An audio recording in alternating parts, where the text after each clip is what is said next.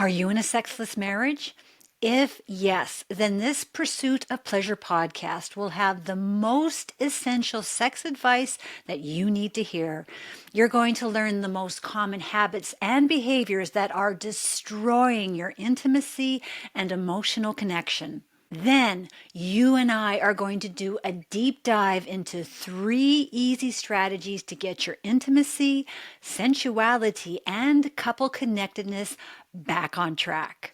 Hi, I'm Dr. Trina Reed, sexologist, and welcome to the Pursuit of Pleasure podcast, where we do a deep dive into what makes women in long-term relationships excited to have sex.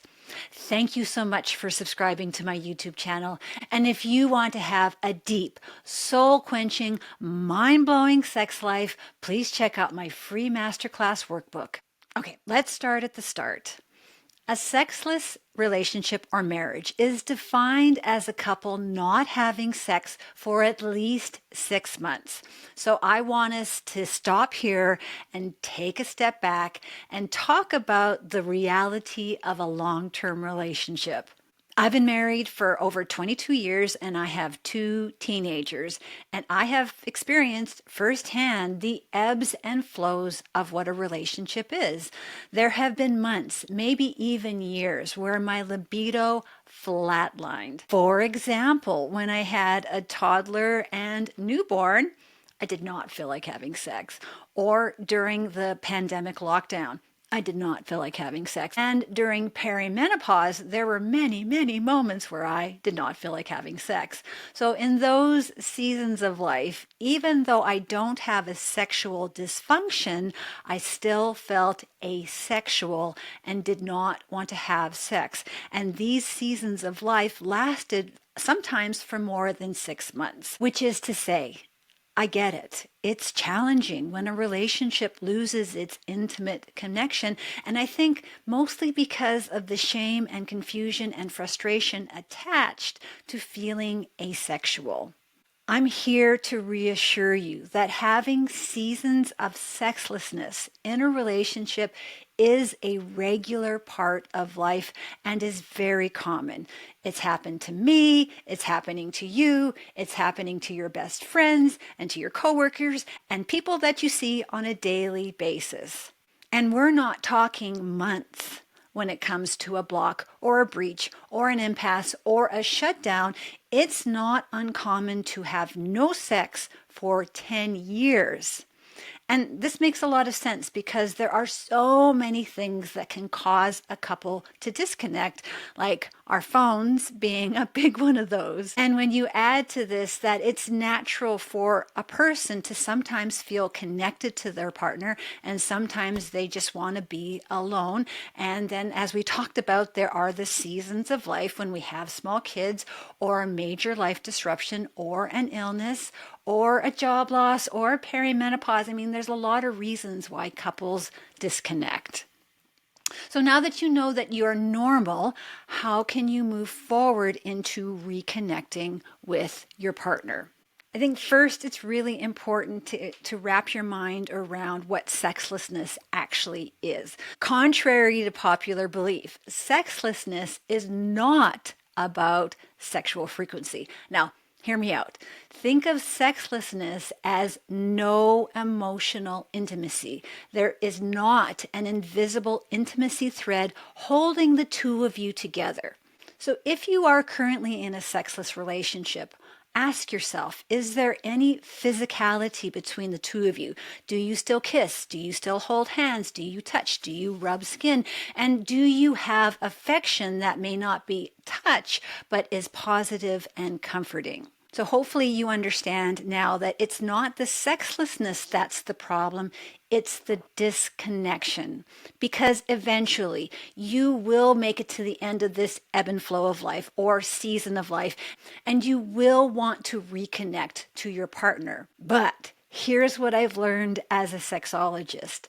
It's super easy to lose that emotional connection with your partner, and it takes a tremendous amount of work to get it back. And the longer you don't address the disconnection, the harder it becomes to reconnect. And couples, they don't know how because it means communicating to their partner, which when it comes to sex is one of the hardest things that we can do. So please, please, please do not beat yourself for getting caught in this disconnection quagmire. The good news is this is not permanent and you have a lot of options.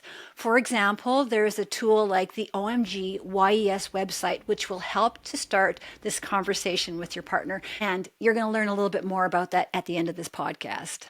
So now that we understand that this is not sexlessness, rather a disconnection with each other, let's define what sex actually means. Now, the majority of couples learn that sex is penetration and orgasm, that sex is a she comes first performance model with an orgasm as the goal outcome. So this is one sexual script. And this version of sex can be done without any intimacy or feeling anything during the sex. So sex is so much more than a 5-minute foreplay in preparation for the real thing. And if you only ever do the same sexual script over and over again, can you understand how it gets boring and you just don't want to do it anymore? Not only that, but the she comes first orgasm as the goal model sets the majority of women up for sexual failure because women are not built to orgasm on command with every single sexual encounter.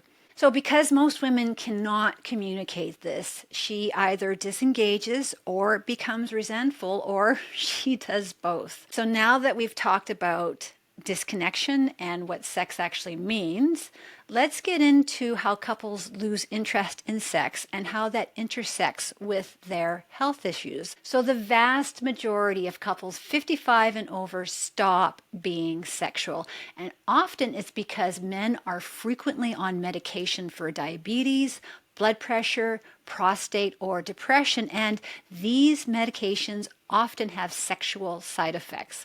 Now, the majority of men focus their entire sexuality around their penis and erections and ability to get hard and last. And for him to go from having autonomous, spontaneous erections to suddenly nothing happening, well, that's pretty devastating, especially when he has to ask for help. So he's questioning what kind of man he is, and he is no longer in control of his body. And unfortunately, many men just give up. So please do not give up. Instead, if you are in a sexless marriage, you have to frame sex as an evolution. And I think this is the hardest thing for couples to wrap their minds around, that sex is so much more than penetration and orgasm. It's not about the quantity, rather the quality of the experience and the connection you're creating with each other. Okay, that seems fine, but let's say you are in a situation where you have not had sex for 10 years and there isn't a lot of emotional intimacy between the two of you. What can you do right this second? Ask yourself these 2 questions. Number 1, what do you want to change? And number 2, are you prepared to take the chance?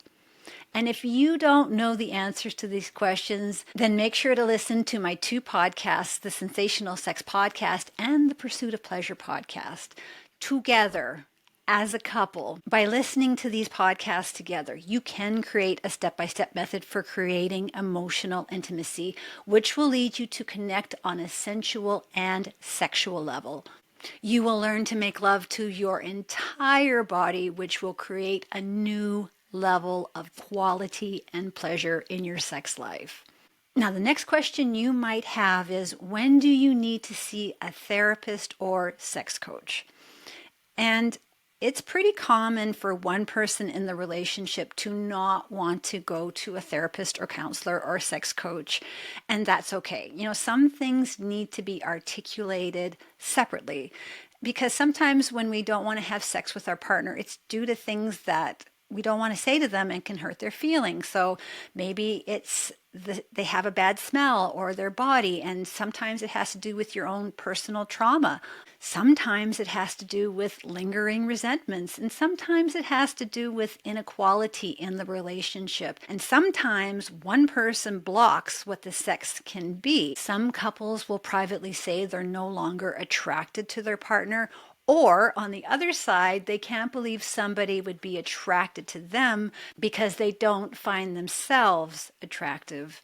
Maybe they've had an illness, or they're struggling with their weight, or have had an addiction issue. I would say these are the moments to go see a counselor or therapist, because they're going to help you sort through all that. And also, a counselor, therapist, or sex coach is going to help you change your mindset. So chances are, if you're in a sexless relationship, you probably have a negative sexual mindset, meaning you only see and communicate about sex negatively. For example, how do you frame talking about sex? Do you say things like, "Why don't you ever want to have sex with me?" Or "You never want to have sex at all," or "All you can think about is sex"? Does that make you want to have sex? Doesn't make me want to have sex. Instead, you need to create a vocabulary that is not negative, critical, and castrating. And you need to start paying attention to how your partner is responding to this communication, and not just say what you don't like about sex. And please, please, please do not fall into the oh so common trap of, well, everybody else is having amazing sex, because for the record, they're not. I hope you can see that that is not helpful, and instead you need to change the way you think to start having a positive sexual mindset, for you to ask for the things that you like, to say things like, I really enjoy that, or I would enjoy doing that more. So how do you change your mindset? Well, you embrace mindfulness. Studies show that approximately half of all women in long-term relationships experience a profound disconnect from her body, a lack of pleasure, a negative sexual mindset, and as a result, she starts to see herself as an asexual person. A growing body of research out of the Sexuality Health Laboratory at the University of British Columbia shows the effectiveness of mindfulness on women's sexual pleasure. Dr. Lori Brado's research proves mindfulness meditation can positively influence libido and sexuality, potentially improving sexual desire, satisfaction, and function by increasing awareness of bodily sensations and thoughts during sex. And here's the exciting part. Research evidence shows after just 8 weeks of regular mindfulness practice, women with a sexual desire disorder experience a significant improvement in sexual desire and relationship satisfaction. Amazingly, these benefits were retained when assessed 1 year later. And it gets even better. Research shows the duration of the couple's difficulty does not impact how well mindfulness works. This means that even for people who have had low sexual desire for a long time, mindfulness meditation can be helpful to them. If you don't know how to meditate, no worries. Check out the mindfulness meditation website and get a free 7-day trial. The link will be in the description. So now that you've turned your mindset around and see sex as something that emotionally connects you, it's time to tell each other what you want. Sex is a spiritual union, and it's supposed to be a free experience of being dominated, of giving yourself over to someone, of being naughty, and of not having to be responsible. And when a couple can ask fantasy questions openly and positively, it creates a very different kind of conversation. So in the context of play and playfulness, you're inviting a very different sort of vulnerability. And FYI, vulnerability is where your toe-curling sex lives. So this is about you talking about your fantasies and what excites you and what you want to feel. the sexual experience? Where do you go during the sexual experience? And what do you seek to express there? And what kinds of touch do you enjoy? So what you're doing here is you're inviting your partner into a brand new conversation about what pleasures you, discussing the differences between your desire and your arousal and what it means to have sex because you're in the mood. Now, as we've already discussed, most couples don't know how to communicate about sex, and so they need a conversation starter. And this is where the website OMGYES is your best friend. So OMGYES is an instructional website that has compiled an interactive online resource that discusses and demonstrates real-life techniques that bring women pleasure.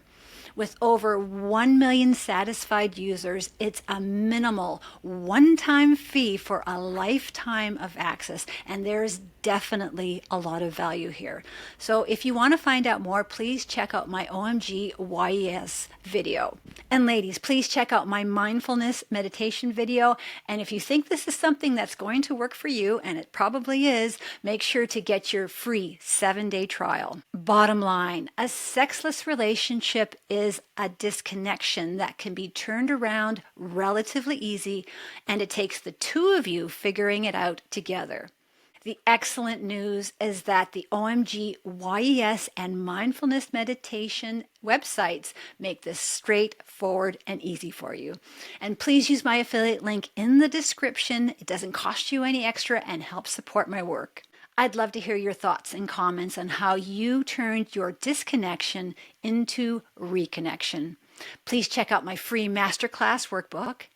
And thank you for liking and subscribing. Your support helps grow women's sexual pleasure, because even though your sex life will never be perfect, you can create a sex life that is perfect for you. And if you like this video, make sure to check this next one out.